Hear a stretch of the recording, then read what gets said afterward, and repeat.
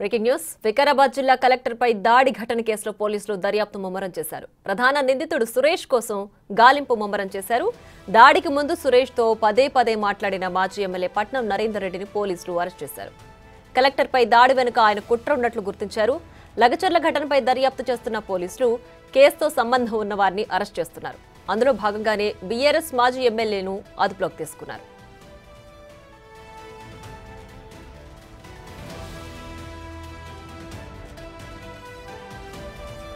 దాడికి ముందు తాను ప్రధాన నిందితుడు సురేష్ తో మాట్లాడానని నిన్న పట్నం నరేందర్ రెడ్డి కూడా ఒప్పుకున్నారు. ఘటనకు సంబంధించి 42 సార్లు సురేష్ తో పట్నం నరేందర్ రెడ్డి మాట్లాడినట్లు పోలీసులు కూడా ఫోన్ కాల్ డేటా ద్వారా గుర్తించారు.